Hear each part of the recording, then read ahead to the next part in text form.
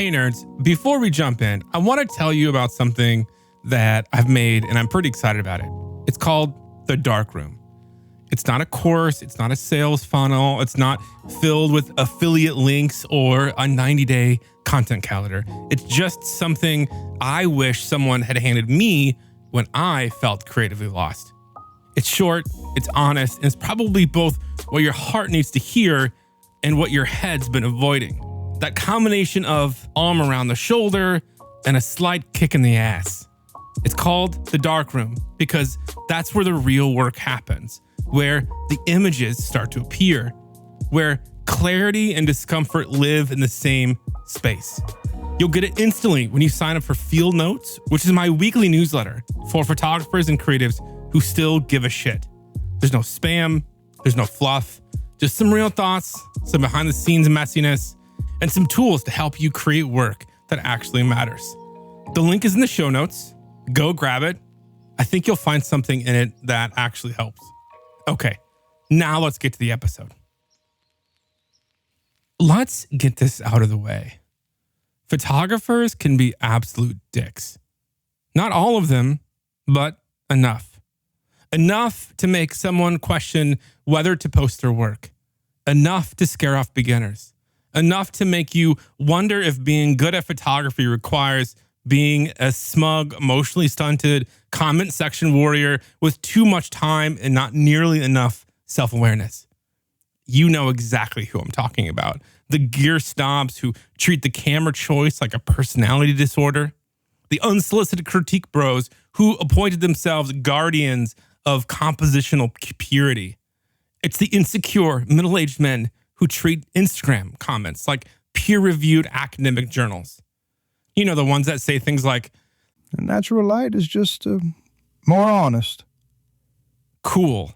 So was body odor, but we still invented showers. You're not a real photographer unless you develop your own film. All right, Grandpa, let me grab my butter churn and meet you in the dark room. I only shoot prime lenses. Zooms are for amateurs. Ah, yes. Nothing screams professional like walking backwards into traffic for compression. That shot would have been perfect if you just used the golden ratio. Sorry, I left my calculator back in 2006. And even doing research for this episode, I came across this comment from a Reddit user in the photography subreddit. It is 100% demoralizing. You'd be hard-pressed to find someone that actually wants to help you and doesn't automatically downvote you for not knowing the answer. That's enough to make you want to burn your own camera. And today's episode is about those guys, about the toxic underbelly of photography culture that somehow convinced itself that being an asshole is the same thing as having standards, and why we absolutely have to stop becoming them. My name is Patrick Four, and this is episode 2 of the Terrible Photographer podcast. And today's episode is called Photographers Can Be Dicks, and why you don't have to be one.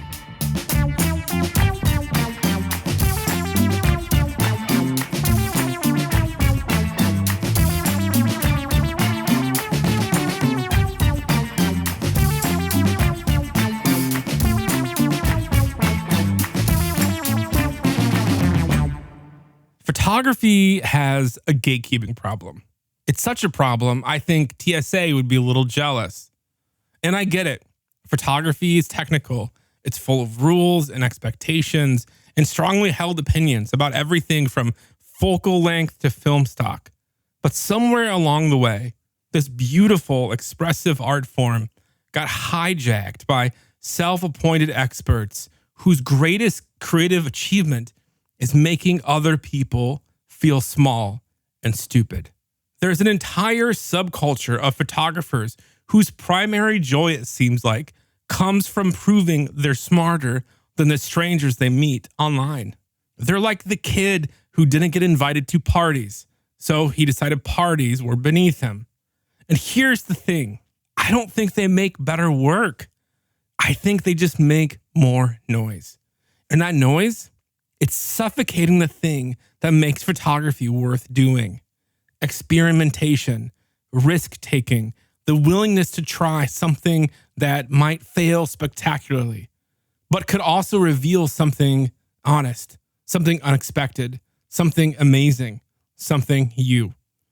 But when you're constantly worried about some keyboard asshole dissecting your lighting setup or questioning your lens choice, you stop taking creative risks and you start shooting for the critics instead of for yourself. And that's where creativity goes to die. Let me tell you about a time that I fell victim to one of those people.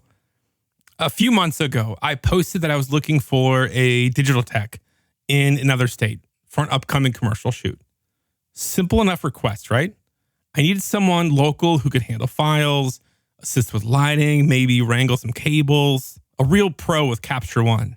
The response was swift and brutal. One photographer whose work I kind of respected publicly told me that said it was a poor reflection of me as a professional, that I should already have a team established, that my lack of organization was embarrassing to witness. Jesus. And the comments piled on.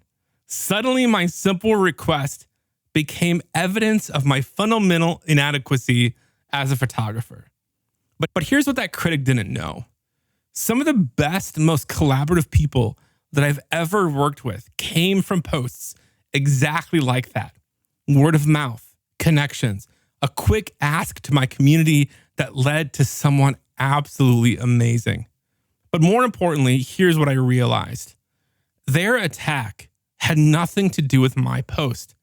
It was about their insecurity, their need to position themselves as more professional and more legitimate, more established than the guy asking for help. And you want to know the real fucked up part? I almost bought into it. For about 20 minutes, I started questioning myself, questioning everything. I wondered if I was doing business wrong, that maybe I should have a team put together, if my approach was maybe unprofessional. And that's the insidious part of photography dickishness. It doesn't just tear others down, it makes them doubt their own instincts. Now, let's be honest. I am not immune to this dickish behavior. I've made the snide comment. I've offered the unsolicited critique. I've let my ego write checks my actual expertise couldn't cash. Hello again, Maverick. Because here's the trap. Photographers are natural problem solvers. We see light and composition, missed opportunities, and our brains go into fix-it mode.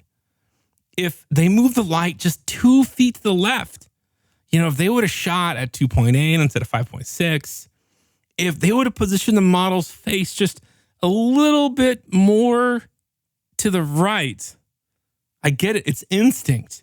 We can't look at an image without mentally rebuilding it. But here's where that gets a little dangerous.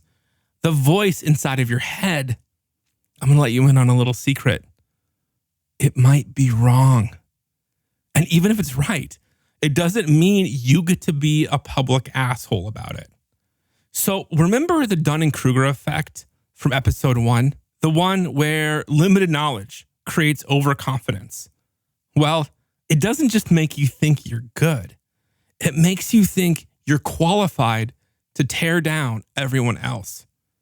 When you're living on Mount Stupid, you are what author Elizabeth Gilbert calls the domain of the, quote, hungry ghost. It's always howling and never full. The view from Mount Stupid makes everyone else's work look flawed from your imaginary higher ground. And in photography, that often shows up as public criticism that's leagues better than anything the critic has ever made. I've watched mediocre photographers with basic portfolios rip apart award-winning images because of what they perceived as a technical flaw. I've witnessed headshot photographers criticize wedding photographers for using presets, completely unaware that editing 5,000 images for 5 different clients might require a different approach than their perfectly lit headshot side hustle. And the irony is thick enough to cut with a goddamn knife. But I don't think this is really about standards. I think it's about fear of irrelevance, fear of being left behind, fear of not mattering. So instead of getting quiet and doing the work, these photographers tend to go loud because tearing someone down is easier than building yourself up. Look, critique costs nothing, but creating requires everything. And we've turned photography into a hierarchy of fake legitimacy. Film versus digital, full frame versus crop sensor, prime versus zoom, natural light versus strobe, manual versus auto. Every technical choice becomes a moral judgment. And every technical choice becomes a moral judgment, as if the type of lens or camera model that you use reveals the quality of your soul. And the result of all this, a community that should be celebrating creative voice spends most of its time arguing about whether you shoot on a Fuji or a Canon.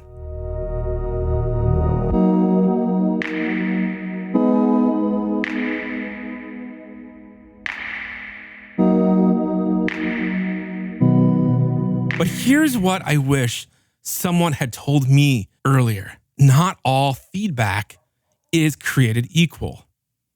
And filtering it, knowing what to take in and what to ignore, might be the most important creative skill you've never learned. Because feedback comes from wildly different places with wildly different motives. First, there's the industry expert, someone who's been where you want to go. When they offer critique, it's thoughtful, it's specific, and it's earned. They ask questions first because they know context matters. Then there's your peer, someone walking on the same road at the same pace. They might see things that you missed, but they also love to armchair quarterback your process, forgetting that they weren't there when the client changed the shot list mid-scene and the model ghosted after lunch. Then there's the general audience, the non-photographers, whose feedback makes absolute zero technical sense, but tells you whether your image actually moved them.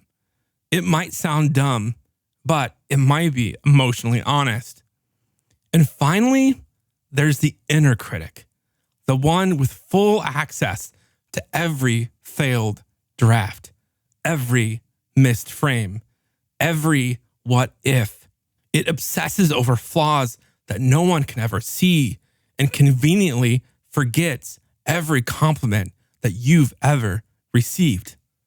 Look, the point is, once you know where the feedback is coming from, you get to decide what to do with it.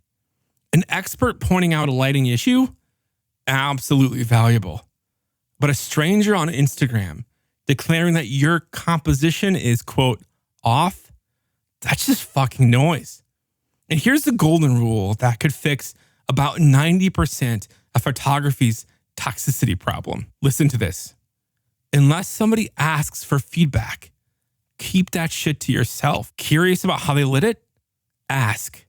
But resist that urge to critique uninvited, because chances are you're not helping. You're just feeding your own ego. And here's the thing that kind of gets me. The most talented photographers that I know, the ones that are actually making a really good living, those are the ones getting published in high-profile magazines. They're earning the six-figure paychecks, creating meaningful work. They're often generous as hell. They don't gatekeep. They don't rip people down in the comment section. They ask better questions, specific questions, and they share what they know. They make space for others to experiment and to fail and to grow. And I've been on sets with photographers whose day rate could fund a small country's school system. And they're the one asking the assistant if they need anything, thanking the intern by name, making sure everyone feels seen. Meanwhile, the loudest voices online are usually the ones with the weakest portfolios and the most time on their hands because they're not working. And here's what I've learned. You don't have to be a dick to be taken seriously. You don't have to win the internet to be a real photographer. You don't have to know everything about every camera system to get paid. In fact, the opposite is probably true. The photographers building lasting careers, the ones with real staying power, are too busy making good work to spend their time correcting strangers' white balance choices. Okay, so what do we do instead? We support someone who's 5 years behind you. You message a photographer whose work moves you and tell them why. Be specific and be kind.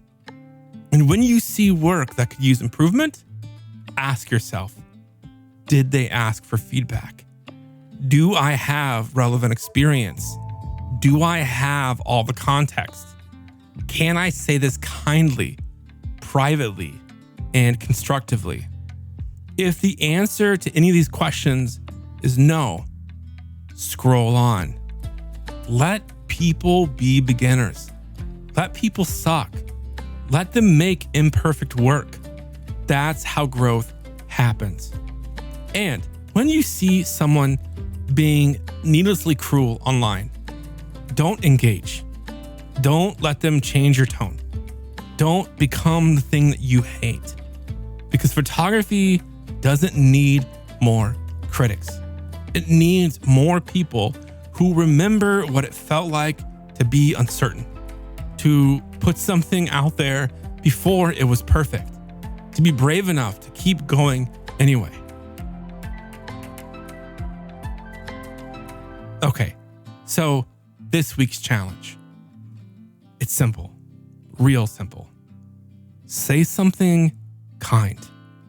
Find a photographer whose work that genuinely moves you and tell them why. And if you catch yourself about to type some clever critique, pause. Ask, is this helping someone grow?